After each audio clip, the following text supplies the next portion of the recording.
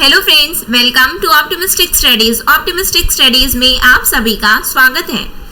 आज हम देखने जा रहे हैं छत्तीसगढ़ सब इंस्पेक्टर के लिए, छत्तीसगढ़ एसआई के लिए अपना एमसीक्यू प्रैक्टिस सेट फर्स्ट।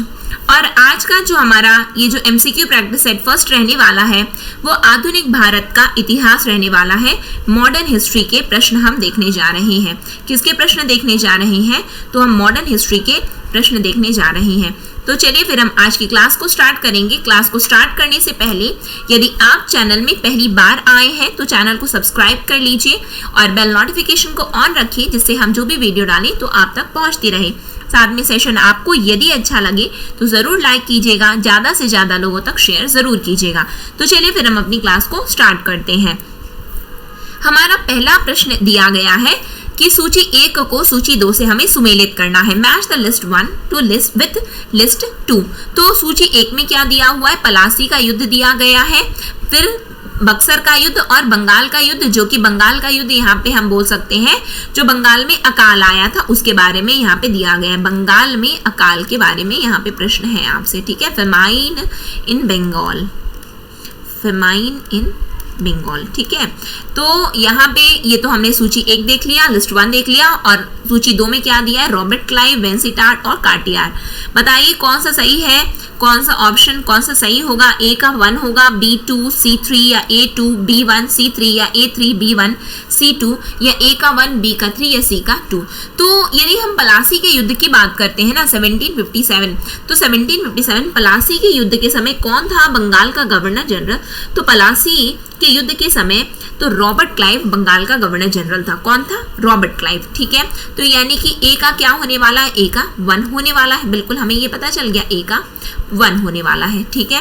फिर उसके बाद में यदि हम बात करें कि बैटल ऑफ बक्सर और बैटल ऑफ बंगाल की बात करते हैं तो वेंसिटॉर्ट का क्या माना जाता है? वेंसिटॉर्ट का कार्यकाल माना जाता है 1759 से लेकर के 1759 से लेकर के 64 तक। अब 64 तक वो यानी कि बक्सर का युद्ध हो गया, पलासी का युद्ध मतलब रॉबर्ट क्लाइव ये हो गया, यानी कि ए का 1 होगा, ए का 1 होगा, बी का 2 होगा। अब देखो कहाँ पे आए ए का 1? ए का 1 ये दोनों में है, यानी कि इन दोनों को हटा देंगे। ए का 1 यानी कि यहाँ पे बी का 2 है, इसमें दिया हुआ है, इसमें दिया हुआ है, इसका मतलब ऑप्शन नंबर ए हमारा सही है। और कार्टियर का क्या माना जाता है? जॉन कार्टियर का कार्यकाल कब से कब तक का माना जाता है? तो इसका कार्यकाल माना जाता है 1769 से लेकर के 1772 तक माना जाता है, ठीक है। समझ में आ गया? नेक्स्ट क्वेश्चन में हम आ जाते हैं। नेक्स्ट क्वेश्चन क्या? साथ में आप लोग भी अपने आंसर्स देते हुए चलिए, है ना। पलासी की लड़ाई 1757 में अंग्रेजी सेना का नेतृत्व किसने किया था? Who led the English army in the battle of Plassey? Plassey की लड़ाई के वक्त, पलासी के युद्ध के वक्त अंग्रेजी सेना का नेतृत्व किसने किया था? रॉबर्ट क्लाइव ने, हेक्टर मुनरो ने, वॉरेन हास्टिंग ने, या फिर नन ऑफ दीज, इनमें से कोई नहीं। तो पलासी का युद्ध अभी जस्ट हमने देखा, पलासी का युद्ध लड़ा कब गया था? पहले तो ये आप लोगों को याद रख लेना है, जो कि आप लोगों को याद होगा ही। तो 23 जून 1757 को लड़ा गया था, ठीक। किसके किसके विरुद्ध था? तो अंग्रेजी शासन यानी कि अंग्रेजी सेना, और विपक्ष में कौन था? तो विपक्ष में था सिराज उद दौला, जो कि लास्ट नवाब था बंगाल का। कौन था? सिराज उद दौला, ठीक है। और साथ उसका कौन दे रहा था? तो फ्रेंच एलाइज उसके दे रहे थे, है ना। फ्रांसीसी जो उसके मित्र थे वो उसका साथ दे रहे थे, फ्रेंच एलाइज का साथ था इसमें, ठीक है। और विपक्ष में कौन था? तो अंग्रेजी सेना का नेतृत्व उस समय अभी जस्ट हमने देखा तो किसने किया था? तो रॉबर्ट क्लाइव ने किया था। पलासी के युद्ध के वक्त कौन था गवर्नर जनरल? तो रॉबर्ट क्लाइव ने क्या किया था? तो पलासी के युद्ध में अंग्रेजी सेना को नेतृत्व प्रदान किया था, यानी कि ऑप्शन नंबर ए हमारा यहाँ पे करेक्ट आंसर है। नेक्स्ट क्वेश्चन में हम आएंगे, बक्सर के युद्ध 1764 में अंग्रेजी सेना का नेतृत्व करने वाला था कौन? Who led the English army in the battle of Buxar? Robert Clive, Warren Hastings, Hector Munro और चार्ल्स आइरिकुट। तो रॉबर्ट क्लाइव तो बिल्कुल यहाँ से हटा देते हैं क्योंकि पलासी के युद्ध के समय था, 57 वाला हमने देख लिया। अब बचे हैं 3, ठीक है। तो कौन होगा बताओ? तो हेक्टर मुनरो, यहाँ पे करेक्ट आंसर क्या बनेगा हमारा? हमारा यहाँ पे करेक्ट आंसर बनेगा हेक्टर मुनरो बनेगा, ठीक है। तो पहली बात, बक्सर के युद्ध के लिए हमें क्या याद करना है कि बक्सर का युद्ध आखिर लड़ा कब गया, तो 22 से लेकर के 22-23 अक्टूबर माना जाता है। कब, तो 1764। किसके बीच में, तो अंग्रेजी सेना एवं अंग्रेजी सेना एक तरफ थी, जिसको नेतृत्व कौन प्रदान कर रहा था, तो हेक्टर मुनरो। कौन, हेक्टर मुनरो। और विपक्ष में कौन था, तो विपक्ष में कंबाइन आर्मी थी। किसकी थी, तो मीर कासिम की थी। किसकी थी, मीर कासिम की थी। मीर कासिम कौन था, तो बंगाल का नवाब था, नवाब ऑफ बंगाल। ठीक, नवाब ऑफ बंगाल, बंगाल का नवाब था। फिर उसके बाद और कौन था, मीर कासिम, और कौन था, तो शुजा उद दौला। कौन था, शुजा उद दौला। नाम याद रखेंगे आप लोग, है ना, शुजा उद दौला। आई होप आप सभी से बन रहा होगा और आप लोग को ये रिवीजन हो जा रहा है आप लोगों का। तो शुजा उद दौला कौन था, तो नवाब ऑफ अवध था, नवाब अवध का नवाब था। ठीक, फिर और कौन था, तो शाह आलम द्वितीय था, शाह आलम द्वितीय। ये कौन था, शाह आलम द्वितीय, तो ये मुगल एम्परर था, है ना, मुगल शासक था, मुगल एम्परर। और ये जो युद्ध है किस संधि से, ये भी पूछा जाता है कि किस संधि से इस युद्ध में विराम लगा, तो ये युद्ध अंत हुआ है इलाहाबाद की संधि से, जो कि कब साइन की गई थी, तो 1765 में साइन की गई, treaty of Allahabad, treaty of Allahabad. ठीक है, तो ये सभी चीजें बक्सर के युद्ध से आप लोगों को याद रखनी है। क्लियर है, मीर कासिम, शुजा उद दौला और शाह आलम। यहाँ पे हमने किसको देख लिया था, हमने पलासी के युद्ध में देखा था, यहाँ पे हमने लिखा है ना, पलासी के युद्ध में सिराज उद दौला। वो कौन है, तो वो है शुजा उद दौला, ये सिराज उद दौला है। ठीक, नेक्स्ट क्वेश्चन में हम आते हैं। नेक्स्ट क्वेश्चन हमारा क्या है कि how long did the legal rule of Bengal last, Bengal का वैध शासन कब से कब तक चला, 1757 से 1767, 64 से 93 या 65 से 72 या 60 से 93। तो बताइए वैध शासन, आपको पता है वैध शासन मतलब यहाँ पे आपसे क्या प्रश्न किया जा रहा है, आपसे यहाँ पूछा जा रहा है जो द्विशासन चलता था ना, यानी कि डुअल गवर्नमेंट चलता था ना। ठीक, तो डुअल गवर्नमेंट कब से कब तक का था, तो डुअल गवर्नमेंट कब से कब तक का था, तो 1765 से लेकर के 1772 तक था, 1765 से लेकर के 1765 से 1772, यानी कि ऑप्शन नंबर सी आपका करेक्ट आंसर बनेगा। ठीक, जो कि किसने लाया था, ये रॉबर्ट क्लाइव ने लाया था। किसने लाया था, रॉबर्ट क्लाइव ने लाया था। क्लियर है, समझ में आया। नेक्स्ट क्वेश्चन में हम आ जाते हैं।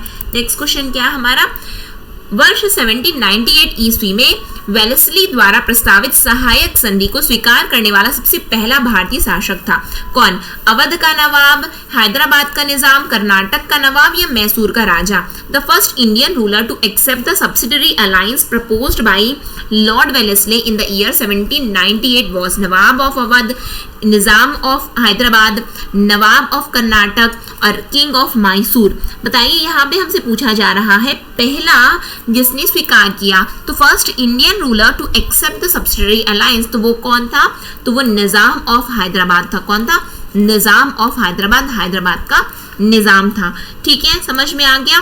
नेक्स्ट क्वेश्चन में हम आ जाते हैं। The first viceroy of India was Lord Hastings, Lord Canning, Lord Minto या लॉर्ड कर्जन। भारत का प्रथम वाइसरॉय था Lord Hastings, Lord Canning, Lord Minto या लॉर्ड कर्जन। बताइए कौन था फर्स्ट वाइसरॉय ऑफ इंडिया, तो फर्स्ट वाइसरॉय ऑफ इंडिया कौन था, तो लॉर्ड कैनिंग। कौन है, लॉर्ड कैनिंग। ठीक है, नेक्स्ट क्वेश्चन में हम आ जाते हैं। नेक्स्ट क्वेश्चन क्या है हमारा, तीसरे आंग्ल मैसूर युद्ध को रोकने के लिए टीपू सुल्तान ने अंग्रेजों के साथ कौन सी संधि की, मैंगलोर की संधि, श्रीरंगपट्टनम की संधि या फिर मैसूर की संधि या बिदनूर की संधि। Which treaty did Tipu Sultan make with the British to stop the third Anglo Mysore war, treaty of Mangalore, treaty of Srirangapatnam, treaty of Mysore या ट्रीटी ऑफ बिदनूर। तो कौन सी संधि कौन सी संधि साइन की गई थी, कौन सी संधि हुई थी, कौन सी ट्रीटी हुई थी, तो श्रीरंगपट्टनम की संधि हुई थी टीपू सुल्तान की अंग्रेजों के साथ में तीसरे आंग्ल मैसूर युद्ध को रोकने के लिए। ठीक है, समझ में आ रहा है। नेक्स्ट क्वेश्चन में हम आ जाते हैं। Next question, doctrine of lapse was implemented by whom, क्या बताया जा रहा है, हड़प नीति किसके द्वारा लागू की गई थी, हास्टिंग के द्वारा, कैनिंग, विलियम बेंटिंक या डलहौजी। बताइए किसके द्वारा हड़प नीति लाई गई, तो डलहौजी के द्वारा लाई गई थी। ठीक है, हड़प नीति लाई गई थी, doctrine of lapse. Next question में हम आते हैं, किस सिख गुरु ने फारसी में जफरनामा लिखा था, गुरु हरिराय ने, गुरु हरिकिशन ने, गुरु गोविंद सिंह ने या गुरु तेज बहादुर ने।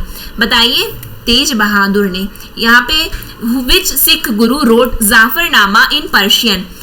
बताइए करेक्ट आंसर क्या होगा, तो जाफरनामा की यदि हम बात कर रहे हैं तो गुरु गोविंद सिंह ने लिखा है। किसने लिखा, तो गुरु गोविंद सिंह जी ने जाफरनामा फारसी भाषा में लिखा। गुरु ने सिख गुरु गोविंद सिंह ने फारसी में जाफरनामा लिखा था। ये एक्चुअल में था क्या, आपको पता है, ये एक लेटर था जो कि गुरु गोविंद सिंह ने 1705 में मुगल एम्परर औरंगजेब को दिया था।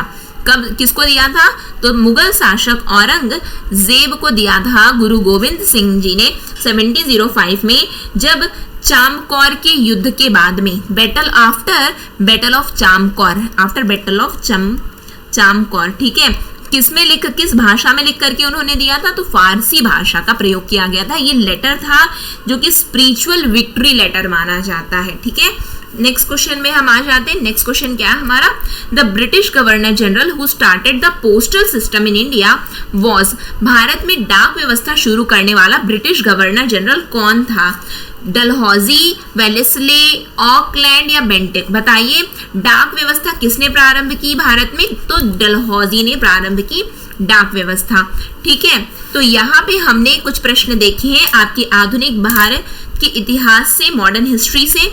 ठीक है, तो ये प्रश्न आपको कैसे लगे, यदि अच्छे लगे तो ज़रूर लाइक कीजिएगा, ज़्यादा से ज़्यादा लोगों तक शेयर ज़रूर कीजिएगा, और यदि अब तक आपने चैनल को सब्सक्राइब नहीं किया है तो चैनल को सब्सक्राइब भी कर लीजिए, साथ में बेल नोटिफिकेशन को ऑन रखिए जिससे हम जो भी वीडियो डालें तो आप तक पहुंचती रहे। और सेशन आपको कैसा लगा तो कमेंट सेक्शन में कमेंट करके बताइएगा, और इसी तरीके से हम आपके एसआई तक जो आपका सब इंस्पेक्टर का पेपर होने वाला है, तो इसी तरीके से हम सभी आपके जो टॉपिक वाइज एमसीक्यू है हम इस चैनल के माध्यम से कवर करेंगे। ठीक है, फिर नेक्स्ट सेशन में हम मिलते हैं। नेक्स्ट सेशन तक के लिए optimistic learning. Thank you for the session. जय हिंद, जय भारत।